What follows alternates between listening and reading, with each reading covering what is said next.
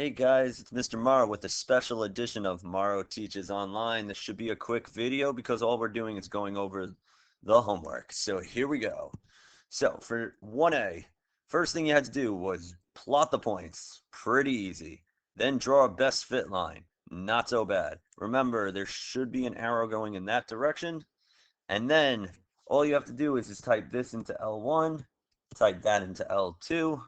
When you go to stat, and then you go to calculate. You go to linreg, and when you do it, and it's usually you round to the nearest hundredth, when you do it, you get this equation.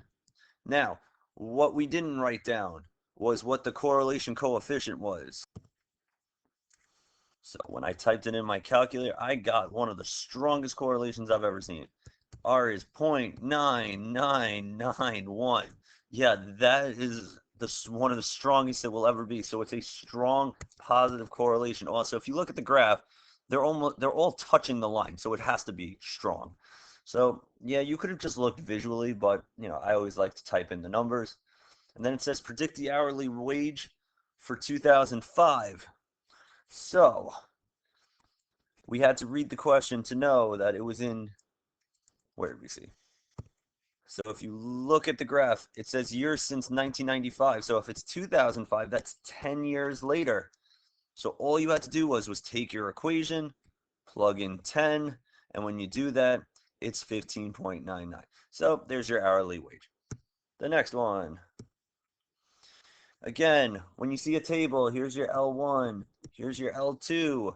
You type it in. You get this as an equation. You get that as the correlation coefficient. So it's negative, so it's going to be negative. And since it's very, very close to -1, it is a strong negative correlation. Now, it says use your equation to predict the percent of a 65-year-old.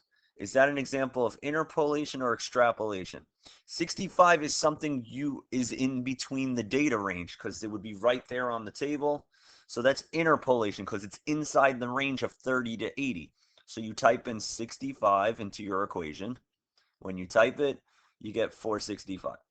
And then the next one says, use your equation to predict what a 20-year-old. Again, 20 would be outside of the data range. The data range is between 30 and 80. So a 20-year-old is outside of that. That's why it's extrapolation. Extra means outside. And then you just plug in 20 and you get 6.9. Okay? Okay, for these, 3A I'm not a huge fan of. Because if you draw the line, the best fit line, I mean, it's something like that. How are you really supposed to know if that's weak or moderate or maybe it's strong enough? So, I mean, we wrote moderate because it's kind of in between. Again, I think it's subjective. If you wrote weak, I mean, I could go along with that. If you wanted to be 100% sure, not that I would waste my time, you could type in what you think these points are. So, like, what is that? Probably 5 comma, I don't even know, 5 comma 25. Whoops. And then, the next one would be like 10 comma 32. But again, this wouldn't even be that exact. And if you typed it into L1, L2, and type in all of them, yeah, I guess you could get the correlation coefficient. Again, this is more of a judgment. The next one, it's definitely a negative correlation. Obviously, that line wasn't the best, but they're all very, very close to that line. So it's a strong negative correlation. Number 4, this should be easy. It says Jordan recorded the number of miles she ran every week for 14 weeks. Her results are shown below.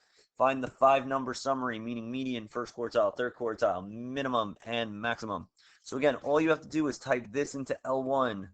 Make sure L2 is cleared because we just used a lot of L2. That has to be clear in order for this to work.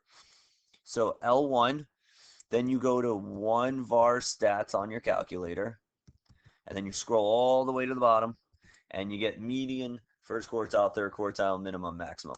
Again, I like to go by 5s, so plot the points and make sure you have a box and whiskers. So that should have been easy. And then the last part, again, when I see these, I mean, you could label it.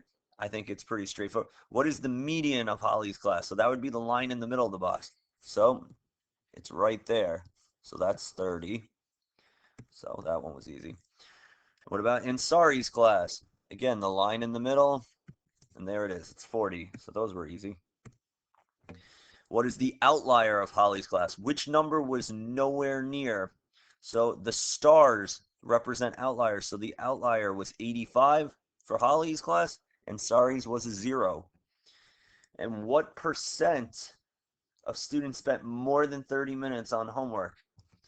So, what percent of students spent more than 30 minutes on homework? If you look at Holly's class, again, 25, 25, so those are percents. So in Holly's class, that's 50%. But in Ansari's class, 25, 25, 25, that would be 75%. What is the interquartile range? Again, that's just Q3 minus Q1. So if you look at both, let me erase all that. Okay, so Q3 is 45, Q1 is 20. So 45 minus 20 is 25. That's where that came from. And then Ansari's class is 45 minus 30, which is 15. Okay, compare the interquartile range. Holly's class had a greater interquartile range. That's pretty straightforward because it's a bigger number. This means the data is more spread out in Holly's class. Perfect answer. And that was the homework. Easy enough. Bye, guys.